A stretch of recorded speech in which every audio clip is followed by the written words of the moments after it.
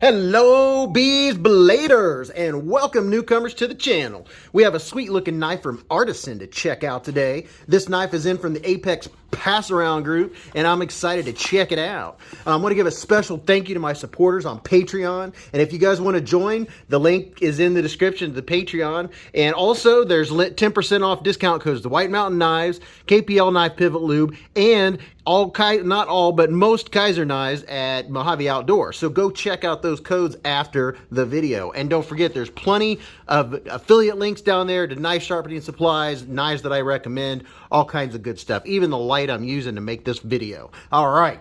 So let's get in here and see what we got. And guys, don't forget to follow me on Instagram at Beez Blades, and I appreciate all your support. You guys are what makes this so much fun to me. I can't help but be excited every time I get another box to open up.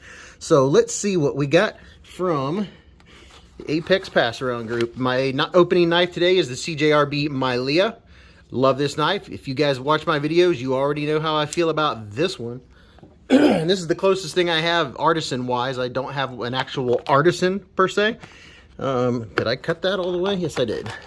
All right. Let's get it out. See what it's all about. Got paper. No 20s. No hundos. No money in there. You know, I mean, you never know. You open a package and it could be my birthday. It's not, but it could be. All right. Check it out. Artisan Cutlery, high quality precision crafted knife. And there's 1848 P-ODG. Not sure if that means anything, but there's that. All right, let's see what it looks like. Oh, it's in a fancy little bag. Oh, not fancy. Fancy schmancy. So what we got here? Specifications, model 1848P. There's your answer. The blade steel is AR RPM 9, and your blade hardness is 59 to 61 HRC. Handles micarta, not your carta, micarta. Structure, bearing liner lock. It's a ceramic ball bearing, CNC machined. And there's care and maintenance if you want to take a screenshot-a-rooski of that. Okay. And some of that stuff. So, let's check this out. That's pretty neat. It's in a bag. All kinds of stuff on it. This felt stuff collects so much. It's crazy. Are you ready? Are you set? Ooh, ooh, ooh. Really? Oh. Okay, I'm a little awestruck. It's sweeter looking than I thought it was going to be. It's a little bigger than I thought it was going to be. That's what she said. So there's that side. If you want to take a screenshot or Ruski. And here's this side. Ooh, cool. Look at that titanium clip. Huge pivot. And the pivot collar is also titanium. Wow. So let's see what the blade looks like. Oh, that is sweet. That is sweet. Check it out. That looks like a slicer. Whoo, boy. Look at that. I'm going to let you see this whole thing all the way across. That's pretty sweet. This is micarta. Oh, yeah. Oh, yeah. There it is. Right. Yep. There it is. Right there. Get you a good up close-key of it. Can you see the texture? Can you see it? I mean, would you look at it? Just look at it. Wow. Oh, cool. The backspacer, too. And I really like that already, that the, what do you call that thing? The lanyard hole isn't out here. You got a lanyard inside of the liners. That is really sweet. Here is the whole thing if you want to take a screenshot. Ready to go. Wow, that is a sharp looking knife. Pun intended. There's this side. And you can see here says serial number 1848P, AR RPM 9 Steelaruski. And I'm going to take a quick screenshot. Now this knife runs, this is the Artisan Cazador. It runs around 75 bucks for the JG10 model, and then 85 for the micarta version, this one. So I will, of course, put links in the description where you can get one. And if the micarta is sold out, you can go to like White Mountain or whatever site that I put down there. You can hit notify me. That's what I do if something's sold out. And then one day out of the blue, you're at work and you get a notification. Hey, guess what? You can get it now. And then I go get it. All right, so let's get a weight of this bad boy real quick. Let's get a weight. I gotta zero it out. There we go. Coming in at a whopping 3.16. That's pretty good. 3.16. Nice lightweight knifey. That's not too snabby. So I'm gonna go do that. Let's do a quick rundown of the old Speckarooskies here. Straighten ourselves up. All right, so I'm gonna get this because I didn't print them out. I'm just tired of what I get off of websites. So we're coming in at, looks like about 7 3/4 for the total length, and then your blade length, we're gonna come in at 1, 2, 3. Looks like an even 3 inches for the sharpened length. Let me make sure I'm focused here for you guys. My focus always needs more focus. All right, so about 3 inches for the blade for your sharpened edge, and then 3.5 for the total blade length. That's not too bad. That's pretty attractive. Your blade width coming in at just a hair over a 1/2 inch. Your handle, we're right at 3/4 inch for your handle width, and your handle thickness is coming in at not quite a 1/2 inch.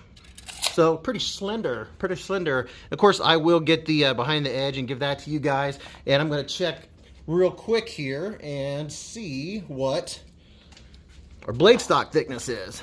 Blade stock is coming in at, wow, 0.10. I'm gonna make sure I'm zeroed out. 0.103. Wow, that's pretty cool. See, that's why the spec said 0.11, but I got 0.103. Very impressive indeed. So this has a nice sand polished Wharncliffe blade, has a flat grind, and we already went over the steels, AR RPM 9. It has ceramic ball bearings in the pivot, and let's see what our lockup is. Lockup's looking pretty good. Let's say just shy of 50%. Do we have any lock stick? I can feel it. There's just a hair. I can feel it. It's not sticking or anything like that. Can we see the ball bearings in there? I do believe we can. I do believe we can. Can you see in there, guys and gals? Just a little bit, maybe just a little bit. Yeah. So that's pretty clear. We have a little bit of a pass through right here. You can see to get your finger in there. It's pretty comfortable. I'm already saying I could go for a little bit more room on the pass through. You do kind of have to get your finger in there a little bit. You got to push a little bit of the meat of your bones in there to get it to unlock. But it's not too uncomfortable, but we'll go over that more here in just a second. So as far as sharpness, let me get an old piece of paperooski out. Now this knife has been passed around, so I don't know how much has been done to it. Let's see. Ooh, yeah. Look at that. Whoops. Let me get a fresh piece over here. Yeah, that's pretty good. Yep, it's sharp. It's sharpski. So that's pretty good. We're looking good there. No blade play. No lock rock. It is solid. I mean, it is in there. I'm not feeling, if I push really hard, but I think with all knives, if you push hard enough, you're going to feel something. So that's really good. Are we centered? Let's see what the Centerooski's like. Looks pretty darn good. Looks pretty good. Yeah, we're well centered. And that tip is thicker than I thought it was going to be. Haha. But that's not too bad. You know, I thought this was going to be a lot thinner of a knife.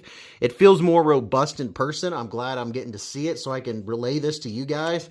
And as far as pocket clip, we are not reversible. No reversing on this pocket clip. Tip up, right hand carry only. But that is an attractive clip. Look at that. Pretty strong. Look at that. It has a nice ramp there to go up in your pocket. I doubt that's going to be any problem. And what are we working with here? This, I'm not going to guess. Let me look. I'm guessing T8, but you never know. What? That is not a T8, boys and girls. What are we working with here? I'm going to try a T10. A T10 fits in there comfortably, I believe. Let's see. Yeah, that's a 10er. Wow. I can tell by looking, those are 6s. And it's nice and clean. That's a 6 down there too. So you don't have a whole lot of hardware to deal with here. Got a 6 down there and a 10 up top in the pivot. Big old huge pivot going on. So let's check out a couple size comparisons for you and see what it looks like. But, you know, I really did. I thought this was going to be a lot skinnier knife. Here it is up against the Delica 4. So you have a little bit of thickness over the Delica 4, which this is surprising me already. Here's the Tenacious. A lot of people's starter knife is the Tenacious, and it was mine into the modern knife world. Yes, it was. Here's the Para 3. It's about the same as the Para 3. Now, the pivot does stand proud on both sides, so you get a little bit of depth with that. What's another one here? Here's the CRKT CEO. You can see they're pretty close, but that pivot does give you some thickness there. Never is too bad to get a little bit of thickness. All right, you ready? Let's do this. I'm going to line these bad boys up, pivot to pivot. Make sure we get all nice and centered for you. There's the Spyderco Tenacious. I'm going to throw up the regulars. Spyderco Para 3. Here's a couple more. Spyderco Para 3. This was the Manix 2, in case I didn't say that. That's the Manix 2. There's the Para 3. Moving right along. There is the Spyderco. I just went blank. Delica 4. And there's the CJRB Feldspar. So you're getting about the same length. You can see that you do have a slender handle. But as far as the Feldspar is concerned, as far as this part and this part right here, you can see they're pretty much the same. It doesn't have this fatness back here, but it has more of a handle than I expected it would. Definitely. And here's a couple more that I suspected would look similar. Here's the Civivi Imperium. You can see that they're getting a lot closer. I mean, obviously, I don't have any other blades that are Wharncliffe, which kind of surprises me. I need more Wharncliffe in my life. And here's the CRKT CEO. And now, if you have a CEO, you realize that the Cazador is a lot beefier than expected. I did not expect it to have this much to it. I really didn't. It's kind of surprising me just a little bit. And then here is one more. Here's the Kizer Splinter. Now these are, I mean, look at that. That's pretty darn close. The Splinter is kind of small knife, but that's a pretty good comparioso for you. All right, let's see what deployment. Let's see what deployment looks like here. Let me move back out. All right, so it looks like, can we pinch it open? Yes, we can. Ooh, nice slow roll. Feels nice and smooth, so you can pinch it open. It's nice. And here's your flipper. I'm going to do a push button. Oh, yeah, it's right out there. And, you know, I'm noticing it kind of has this downward slant. It's not going straight out. The whole blade itself is kind of going this way. So it puts your point right down on the surface. Okay, I'm seeing what's going on here. Are you smelling what I'm stepping in? So there's your push button. It's really smooth. Let's do a little bit of light switch. Pa-pow, right in the kisser. Pow, right in the kisser. Yeah, I just broke my nail. Oh, no. Oh, no. All right, so let's see. So let's check out the ergos. Now I got my nail off of there. How does it feel? You guys, if you haven't seen my videos, real quick, 4 inches from here to here on my hand, 3.5 from here to here. From here to here is 7.25. That's the size of my hand. There you go. That's more comfortable than I thought it was going to be. So how is it feeling if I'm pushing through something? I don't know. It's a little... So if you look at the edges right here, they're smooth, but I'm feeling them, and I think part of that is because you don't have a lot of depth and a lot of width with the handle. You know, it's kind of more of a gentlemanly knife. You could definitely slice some packages or slice some bags of dog food open with it really easy. But as far as this grip, that's not bad. I mean, this thing just looks like it's made for utility cutting all day long. It puts the point right down on the surface. Look at that. It just flows with your hand. That's the most comfortable for me right there. And what do we have here for a sharpening choil? Awesome sharpening choil, plenty of room to sharpen, and you can choke up. You can get your finger up in there. I mean, I wouldn't like do a whole full grip on it, but you could definitely choke up for cutting up stuff, cutting up an apple. And this thing is a lot more solid than I thought it was going to feel. I got to tell you guys, this is not a wimpy knife. It's a solid knife. It does not feel like a toy. It doesn't feel tinky. It doesn't feel plasticky. You can see those full liners. Do we have, yeah, can you see inside here? We're all milled out for weight reduction. That's really nice. Very nice. Very, very nice. I don't see anything on that side, but this side you definitely are milled all the way down through there. Pow. That's really cool. And I like the blue accents. The titanium looks really nice on it. And, you know, as far as these ergos, well, that's what I was going to see if we could fail it there, but that's pretty comfortable. It's pretty comfortable. It's not too bad. Hey, if you guys, if you're not supporting the channel on Patreon, do your part by doing the tappity tap tap with the thumbs up or the thumbs down. Down in the comment section, make sure you make a comment. That's how you can support the channel. My regular participators already know that's what we have to do to keep YouTube happy and show the video to other knife lovers. All right. So as far as fidget factor, I'm a little slow.